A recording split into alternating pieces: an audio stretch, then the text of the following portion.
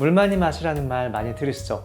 방송에서도 나오고 운동할 때도 PT 선생님들이 이야기하고요. 병원 가도 의사 선생님들이 물 많이 마시라고 항상 이야기하거든요. 근데 심한 분들은 이렇게 마시면 신장은 이미 망가지고 있을지도 모릅니다. 환자라면 더더욱 물 마시는 법을 제대로 아셔야 돼요. 지금까지 우리가 얼마나 잘못된 상식을 믿고 있었는지 낱낱이 밝혀드릴게요. 이 영상 끝까지 보시고도 물을 많이 마셔야겠다라고 생각이 드는지 한번 판단을 해보시죠. 실제로 물 많이 마실수록 좋다고 생각하시는 분들 진짜 많거든요. 하루에 2리터는 기본이다. 그래서 뭐 별로 목이 마르지도 않는데 무슨 숙제처럼 의무적으로 드시는 분들도 많아요. 네, 저도 약간 그런 느낌으로 마실 때도 있어요. 오늘 할당량 채워야 된다 이러면서요. 아, 할당량. 근데 여러분 한번 생각을 해보세요. 물도 결국 우리 몸으로 들어가는 음식의 일종이거든요. 세상에 어떤 음식이 무조건 많이 먹어서 좋은 게 있을까요?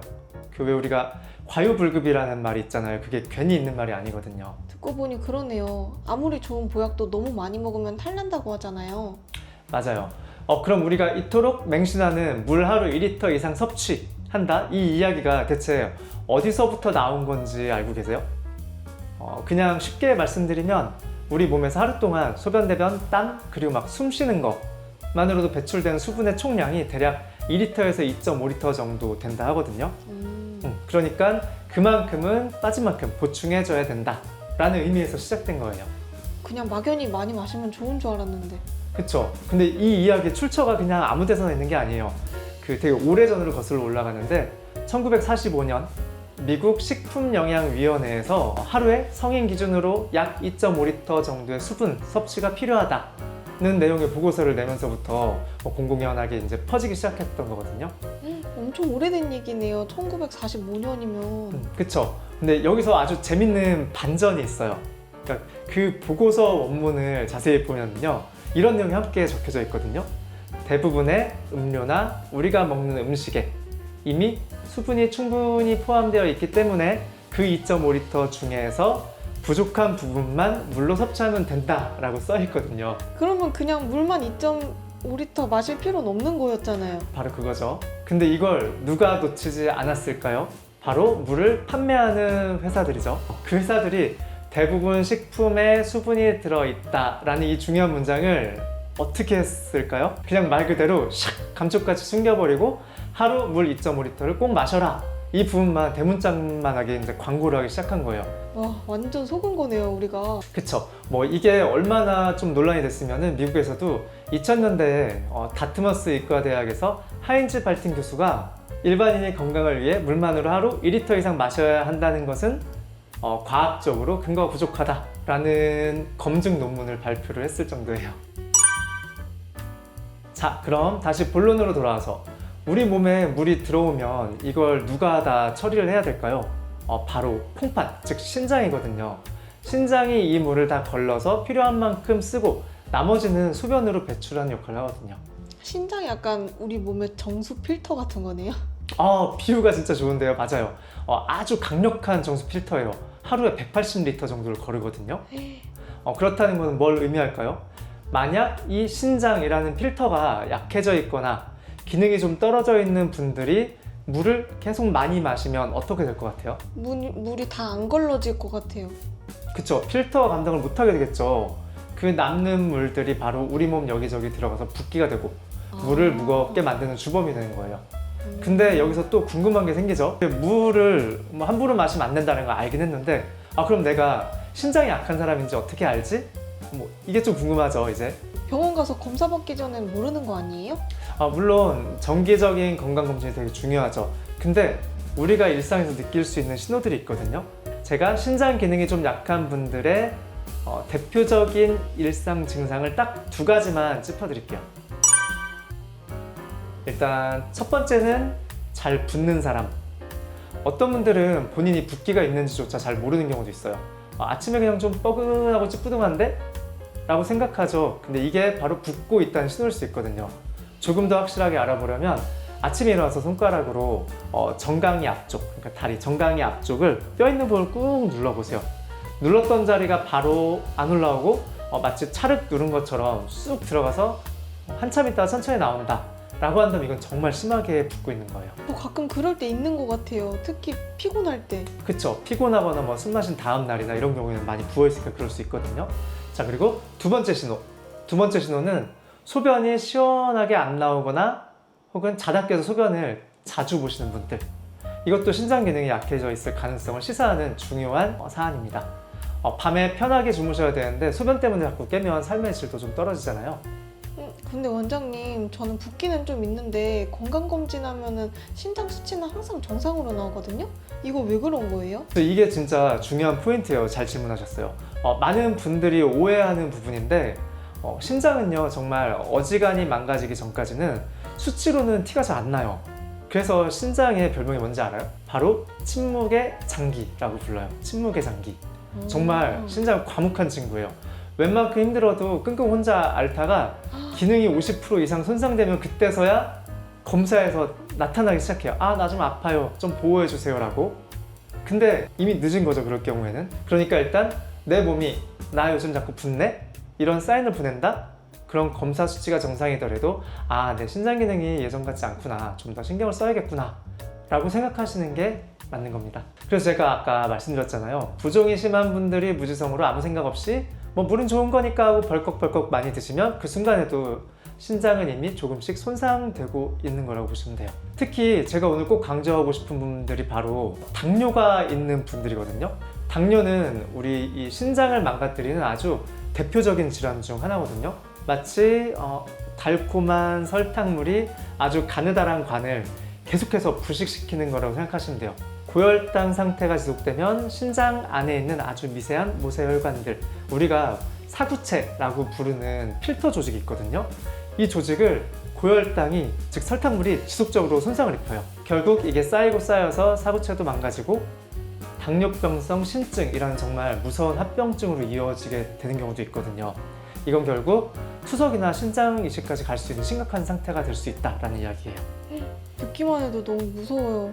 근데 당뇨 환자분들은 오히려 목이 자주 마르니까 물을 더 많이 찾지 않나요? 맞아요. 또 그게 또 문제거든요. 당뇨 환자분들 중에서 아, 내가 혈당이 높으니까 물이라도 많이 마셔서 좀 희석을 해야겠다 이렇게 생각을 하시고 하루에 막 2리터, 3리터씩 억지로 물을 들이키는 분들이 생각보다 진짜 많거든요. 그게 안 좋은 거죠. 그쵸. 이미 신장 기능이 약해져 있을 가능성이 높은 상태인데 거기에 물까지 과도하게 부어버리면 어떻게 될까요? 그야말로 신장이 과로사 직전까지 가는 거예요. 정말 일을 많이 시키니까 과로사가 되는 거죠. 그런데 물을 억지로 마시고 나면 또 일시적으로 혈당이 조금 묽어지는 것처럼 느껴질 수는 있어도 결국에 남는 거는 더 심해진 부종, 극심한 피로감, 그리고 전해진 불균형 같은 부작용들이에요. 그런데 이런 악순환을 잘 모르시니까 이제 계속 반복하게 되는 거죠. 그러면 당뇨 환자분들은 물은 어떻게 마셔야 되는 거예요? 제가 처음에 우리 몸이 하루에 필요로 하는 수분량이 약 2.5리터 정도라고 말씀드렸잖아요. 네. 근데 그 중에서 우리가 먹는 음식, 특히 채소나 과일 같은 걸 통해서 이미 1리터 혹은 많게는 1.5리터까지도 수분이 자연스럽게 들어오고 있어요. 밥이나 국, 과일 이런 거에도 물은 많이 들어있으니까요. 자, 근데 커피나 차 같은 거 하루에 얼마나 좀 드시는 것 같아요? 아메리카노는 하루에 한 잔씩 먹고 그쵸? 뭐 중간중간 피 같은 것도 마셔요. 그쵸? 뭐 요새는 뭐 커피도 기본이 거의 벤티 사이즈인 것 같아요. 어떤 분들은 막 1리터짜리 가져오셔가지고 하루 종일 드시더라고요. 그거를 한두 컵 정도를. 근데 이런 음료까지 다 합치면 사실상 우리는 이미 필요한 수분을 거의 다 채우고 있거나 오히려 넘치게 섭취하고 있을 가능성이 정말 매우 높다는 얘기죠. 물을 따로 안 챙겨 마셔도 이미 많이 먹고 있었던 거네요. 그쵸? 근데요, 이렇게 이미 수분이 충분한데도 불구하고 아, 나 너무 목말라, 물을 계속 마시고 싶어 하는 분들도 있어요. 혹시 주변에 그런 분들을 본 적 없어요? 제 친구 중에 물을 거의 하마처럼 마시는 친구가 있긴 해요. 계속 물만 먹어요. 바로 그런 경우에 뭐냐면 우리 몸의 수분 대사가 원활하고 순환이 잘 되는 사람들은요, 갈증 나면 물 마시면 그게 바로 해소가 되거든요. 그런데 그게 잘 안 되는 분들은 문제인 거죠. 이미 몸에는 물이 충분한데 왜 자꾸 갈증이 나게 될까요? 그건 바로 우리 몸속에 실제 필요한 진액이 부족하기 때문에 그래요. 진액이요? 그게 뭐예요? 갑자기 한의학 용어 나오니까 좀 어려운데요? 뭐 진액 많이 들어보지 않았어요? 어렵지 않아요? 아주 쉽게 설명을 해드릴게요. 한의학에서는 우리 몸에 꼭 필요한 아주 영양가 높고 깨끗한 물을 진액이라고 표현을 하고요. 반대로 우리 몸에 필요가 없는데 자꾸 쌓여서 문제를 일으키는 찌꺼기 같은 물도 있거든요. 탁하고 걸쭉한 물을 담적이라고 부릅니다. 아, 진액은 좋은 물이고 담적은 나쁜 물 이렇게 생각하면 되겠네요. 그쵸. 자, 그럼 신장 기능이 약해서 몸속 수분 대사가 잘 안 되면 어떻게 되냐면 실제 좋은 진액은 점점 말라서 부족해지고요. 그리고 이 진액이 우리 몸, 특히 상체 쪽으로 올라가는 필요 없는 열들을 촉촉하게 해서 꺼줘야 되는데 그걸 잘 못하게 되니까 열이 이쪽에 계속 있을 거 아니에요. 그렇기 때문에 계속 갈증으로 신호가 나타나는 거예요. 그러면 그거는 진짜 목이 마른 게 아닌 거네요? 그쵸. 실제 그 목이 여기서 열이 있으니까 목이 마른 건 맞는데 물을 마신다고 그게 해소가 되진 않아요. 왜냐면 물은 이쪽 열을 끌어가는 게 아니라 바로 통과를 해버릴 테니까요. 그런 거를 바로 가짜 갈증이라고 불러요. 그때 물을 막 벌컥벌컥 마셔봤자 그 물이 제대로 된 진액으로 착 변해서 위로 떠오른 열을 끌어 슝 가는 게 아니라 다른 데로 가서 이제 딴짓을 하기 시작하는 거예요. 신장 기능이 약하니까. 그 물이 그럼 딴 데로 어디로 갈 것 같아요? 그게 붓기가 되거나 나쁜 물인 담 그런 게 되는 거죠. 그쵸, 맞아요. 담적이라는 형태로 온갖 안 좋은 일을 하는 거죠. 붓기도 하고 뭐 통증을 만들기도 하고 그리고 마음을 불안하게 만들기도 하고요. 그러니까 이런 가짜 갈증인 경우에는 물을 아무리 마셔도 갈증이 시원하게 해소가 되지가 않아요. 오히려 몸만 더 붓고 무거워지고 피곤해지는 악순환이 반복되는 거죠. 때문에 특히 몸이 잘 붓거나 소변이 시원하지 않거나 당뇨가 있으신 분들은 물을 마시는 방식을 완전히 바꾸셔야 돼요. 어떻게 바꿔야 돼요? 한 번에 꿀꺽꿀꺽 목구멍으로 그냥 막 넘기듯이 마시는 게 아니라 아주 조금씩 한 모금씩 입안을 충분히 적시면서 천천히 나눠 드셔야 하거든요. 그 혹시 그 햄스터나 아니면 작은 새 아니면 아기 고양이가 물 마시는 모습 본 적 있으세요? 본 적 있죠. 혓바닥으로 쬐끔쬐끔 먹잖아요. 그쵸, 맞아요. 바로 그렇게 드시면 돼요. 제가 그래서 이거를 환자분들께 설명드릴 때 햄스터처럼 마셔라 라고 이야기를 하거든요. 우리 몸이 한 번에 처리할 수 있는 물의 양의 한계가 있기 때문에 특히 신장이 약한 분들은 그 용량이 더 작거든요. 그래서 조금씩 자주 마치 차를 음미하듯이 조금씩 물을 드셔야 그 물이 비로소 우리 몸에 부담을 주지 않고 제대로 흡수가 돼서 진액을 보충하는 데 쓸 수 있다는 거예요. 처음에는 좀 답답하고 어색할 수 있어요. 막 시원하게 못 넘기니까. 하지만 이렇게 물 마시는 습관을 들이시면 불필요한 갈증이 오히려 더 줄어들고 몸도 한결 가벼워지는 걸 느낄 수 있을 거예요. 특히 아침에 일어났을 때 붓기가 줄어드는 걸 체감하면서 정말 그렇구나 하실 겁니다. 자, 오늘 여기까지 물에 대한 이야기를 쭉 나눠봤는데요. 좀 소감이 어때요? 아직도 뭐 물은 무조건 많이 마시면 좋은 거다 이렇게 생각이 들어요? 아니요, 저 오늘 진짜 충격받았어요. 제가 여태까지 몸에 별로 안 좋은 방식으로 물을 마시고 있다는 생각을 한 적이 없어서 약간 배신감도 들어요. 그쵸. 뭐 근데 괜찮습니다. 이제부터라도 제대로 알고 실천하시면 되니까요. 오늘 제가 드린 말씀의 핵심은 딱 두 가지예요. 정리하자면 첫째, 내 몸 상태를 먼저 정확히 알자.